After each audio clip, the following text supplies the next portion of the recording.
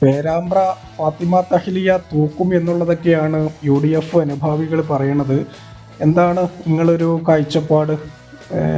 പേരാമ്പ്ര ഫാത്തിമ തഹ്ലിയ തൂക്കുമോ ഇല്ലയോ? പിന്നെ നിങ്ങളുടെ നാട്ടിലത്തെ ഇലക്ഷൻ്റെ കാര്യങ്ങളൊക്കെ എവിടെ എത്തി?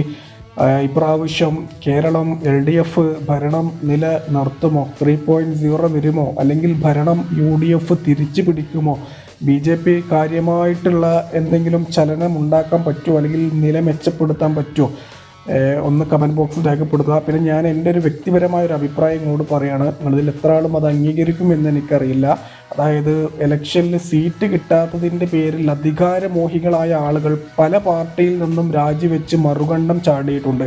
അങ്ങനത്തെ ആളുകൾക്ക് മറുകണ്ഠം ചാടിയത് ആരാണോ, അവർ ഏത് പാർട്ടിയിൽ നിന്നുള്ളവരാണെങ്കിലും അവർക്ക് വോട്ട് കൊടുക്കില്ല എന്നുള്ളത് ചങ്കൂറ്റത്തോടെ എത്ര പേർക്ക് പറയാൻ കഴിയും? തീർച്ചയായിട്ടും നിങ്ങളുടെ ഒരു അഭിപ്രായം ഉണ്ടല്ലോ, എൻ്റെ കമൻറ്റ് ബോക്സിൽ രേഖപ്പെടുത്തുക.